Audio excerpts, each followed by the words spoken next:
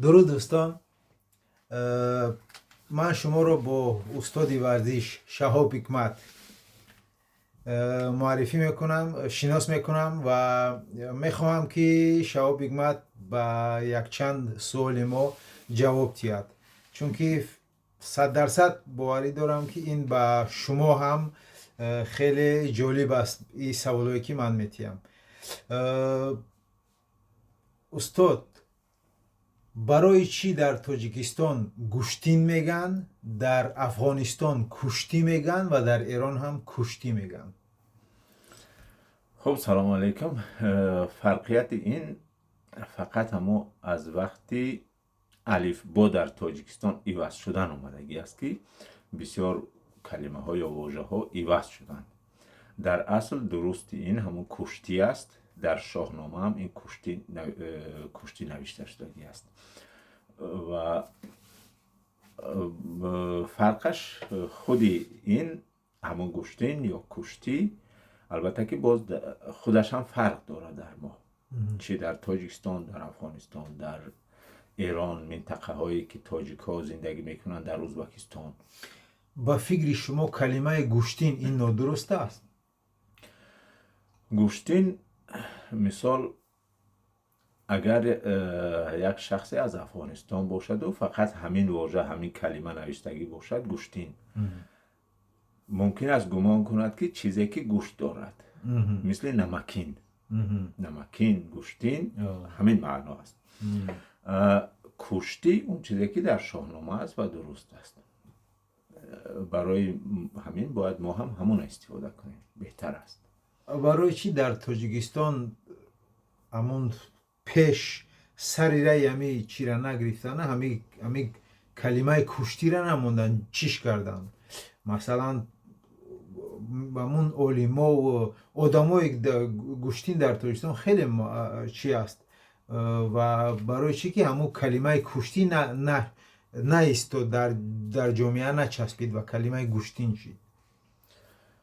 این بسیار کلمه های هستن ایواز شدن، گویشی، استفاده و بسیار چیزها هست که ایواز شدن، فقط مردم هم اهمیت ندادن و شرایطی بود که در اختیار مردم ما نبود.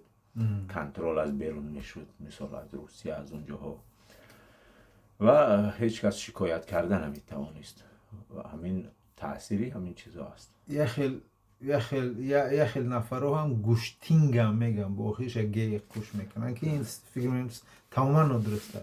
گوشتینگ بسیار کلمه ها هست که در تاجیکستان همون حتی میشود که مثال کلمه هایی که از فارسی است، آنها بجای استفاده بردن از زبان خود مثال از روسی استفاده میکنند. نه فقط این، مثل لیمو یا لیمان گفتن، بعضی ها لیمانت گفتن، همین چیزها را یگان باز از روی لهجه های تاجیکستان هم وابستگی دارد. هم یک چیز را در هر جا با طرز خودشان استفاده میکنند. خب سوال دیگه، برای چی گوشتین تاجیکستان و گوشتین افغانستان و ایران از همدیگر فرق دارن، کلاً فرق دارن؟ برای چی؟ ایران باستان یا ایران قدیم از مرزی یونان، از اینجا یک قسمت سوریه و عراق و همه همین ها تا مرزی چین بود. یک دولت بزرگ. برای همین نه فقط ورزش، لباس پوشی و خوراک و همه چی فرق داشت، چیزهای گوناگون که در یک منطقه بود در دیگر جا نبود. فرقیت همین ورزش هم همین است.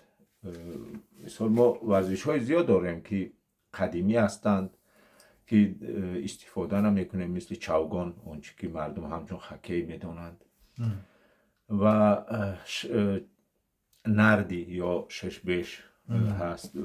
بازی های گوناگون، ورزش های گوناگون هستند. اون چیزی که در ایران با نام زورخانه مانده است در ما نیست.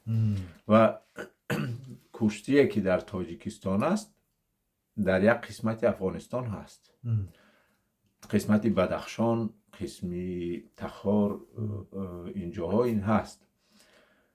جاهایی که نزدیک به تاجیکستان هستند. اون طرفی که نزدیک به ایران است، هرات، اونجاها اونها هم همون زورخانه و همین چیزها رو دارند. و همش برای ما میله حساب می شود گرچند استفاده نشود. اما یک چیزی عجایبی دیگر هم است که در ما ورزش در نوروزی استفاده می شود. مثال همی کشتی وقتی که نوروزی می شود در تمام ناحیه ها و شهرها، در افغانستان هم جایی که همین طرزی نوروز را جشن گرفتن هست، همون ورزش ها هستند. اما طرف دیگرش نزدیک به ایران اینها نیستند. در ایران مثال نوروز را همچون عیدی خانوادگی جشن میگیرن، هر کس با عائله‌اش. در ما عمومی است که ورزش می شود، همه چیزها بزکشی می شود. امی سوال من دادنی بودم که برای چی نوروزی تاجیکستان از همه نوروزی پرسی زبان‌ها پرحشمت می شود؟ خیلی همین است، در ما قدیمی تر همین موندگی است. در ایران مثال این نیست. در آنها نمایش های همون زورخانگی که دارند، زورخانه این مثل بادی بیلدینگ که هست، بدنسازی. در اونجا هم همون یک طرز نمایش کشتی است، اما مثل این گشتینه که در تاجیکستان می شود این نیست. همچون نمایش این رو در نوروزی ها ممکن است بعضی شهرهای ایران، همه جاش نه. اما در تاجیکستان، سراسر تاجیکستان این ورزش هست. همون وقتی که نوروز می شود کشتی سر می شود. خیلی ممنون برای مختصر کردن کلمه گوشتین یا کشتی. و سوال آخرین سوالم نه، و یک دو سخن برای همون آدمایی که ما را تماشا میکنن، برای فالوورایی که در کانال مشتی تاجیکی هستند و تمنیات برای سال 2026.